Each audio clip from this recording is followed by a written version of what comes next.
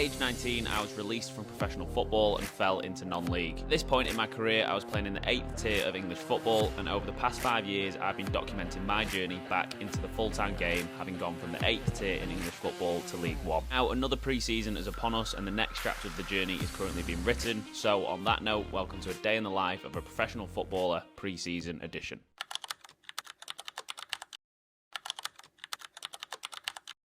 So week 1 of training is complete. Now, if you've been up to date with my journey, you'll have seen that I've signed for a new team, Fleetwood Town. Now, the last 3 years I've been away from family and friends, living away from home, so I'm finally back in my roots and ready to kick on. After 8 weeks of rest, the first week mainly consisted of testing, where we had our body fat measurements, vertical jumps, strength tests, and of course the 1 kilometre time trial. Once all these tests were ticked off, it was time for some heavy training. Now, we had 5 days straight on the grass before we got the weekend off to fully rest and recover. And now we're heading back into week 2 as the first game of the season is fastly approaching. Pre-season is by far the toughest time for footballers. It's 8 weeks of intense work both on and off the pitch, making sure that we're ready for the upcoming season. Busy in-season schedule is so important to make sure you head into the season in the right shape. So today I'm going to take you through a full pre-season day as a professional footballer, showing you exactly what I get up to both on and off the pitch. As always, if you're new here to the channel, don't forget to hit that subscribe button as there's tons more content to come, and let's get straight into another video.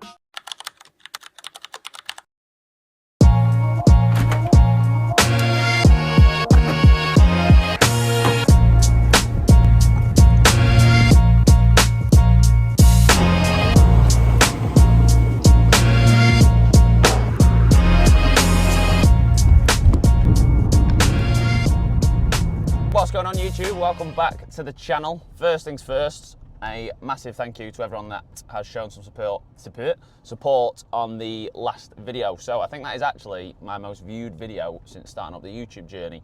I'm just pulling in for a coffee now on my way to training. So, what can I get you today? Hey mate, can I get an oat milk cortado please? Anything else? No, that's everything, thank you. Cheers. Which is coffee number 3 of the morning, because we are in pre-season and I am feeling the effects of full-time training again, let's put it that way. Coffee secured. So yeah, I am feeling the effects of pre-season very, very much. So if you are an athlete or if you're a footballer, you know exactly what I'm talking about, but pre-season is pretty much the hardest point of any season. So obviously you get 8 weeks off as a footballer, some get a little bit less, some get a little bit more. We got 8 weeks off and then it's straight back into full-time training. So the first week has been done, which I'll sort of recap in the video at some point today, but we are off into training today. It's actually our first sort of game. So we've got an in-house game today, and then the actual pre-season fixtures start on Saturday when we do the sort of the non-league circuit. So it's been a good week, obviously meeting all the lads, meeting the new faces. I've had a bit of a sticky week in terms of fines for this first week, but all goes to a good cause. My social media actually let me down this time. I was wearing flip-flops in the gym. Someone spotted it on one of my TikToks, so that didn't go down too well. So 20 quid on the board, but like I said, all goes towards a good cause. The time is 4 minutes past 8, so I've been getting into training quite early, to be honest. Rush hour and traffic and all that, so especially whilst I'm new, it's good to be getting these things done and properly, so they're early and on time. But like I said, a busy day ahead. If you are new here, like I always say, don't forget to hit that subscribe button because we are closing in on 5,000 subscribers, so appreciate, like I said, all the support on the previous video, all the support on socials at the minute as I'm trying to pump out as much content for you all as I can. So pre-season week 2, I'll catch you at the stadium.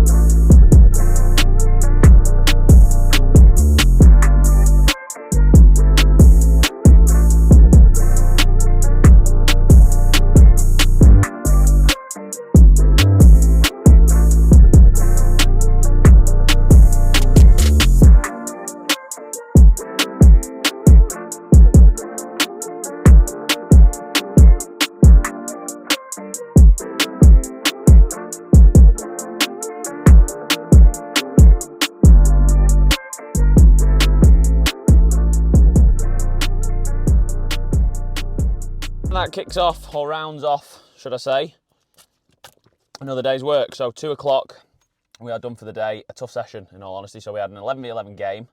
and then running at the end of it. So a tough sort of high intensity day, hence why we've got tomorrow off. So everyone always asks like what my days off are. So normally it's Wednesday and Sunday. Last week we had a full week of work, so 5 days straight.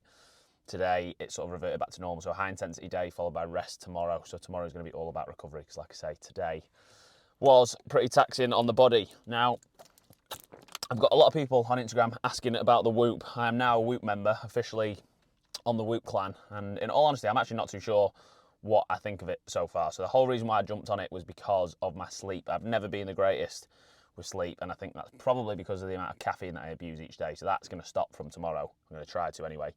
But I wanted to essentially this season really focus on my sleep. So get into bed at the same time, wake up at the same time. So a couple of people have been reaching out on Instagram sort of asking how I've found it. So if anyone watching has used it before, I'd be interested to know what you think in the comments. But me personally, I like the way it shows sort of calories burned, heart rate, etc., etc. But for me, it was more about my sleep performance, and I'm pretty sure it's not that accurate. Now, someone mentioned this morning that you've got to wear it for like a prolonged period of time. So again, if anyone does know, let me know in the comments, because I slept for like 10 hours last night, I'm convinced. And it said I'd only done 7, so I woke up and was a bit like, ugh, training. Sleep says that I've had a bad night's sleep, so sort of put me in like a, almost, I get a bit, what's the word, fixated on that sort of stuff. So I sort of was a bit like, oh, maybe I'm not right for training, but trained all right today, so that's good. However, my Whoop said that I didn't sleep well.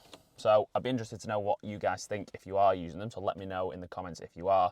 But like I say, plan for the rest of the day. 2 o'clock now, so I'm going to head home. It takes me about an hour to get down, so it's not too bad. Like I say, the big positive is that we are back home. That's the big thing. So it takes me about an hour to get home. And I got some coaching work or online coaching work to do when I get back. That'll take me about 3 or 4 hours. And then it's feet up, chill, recover, rest up.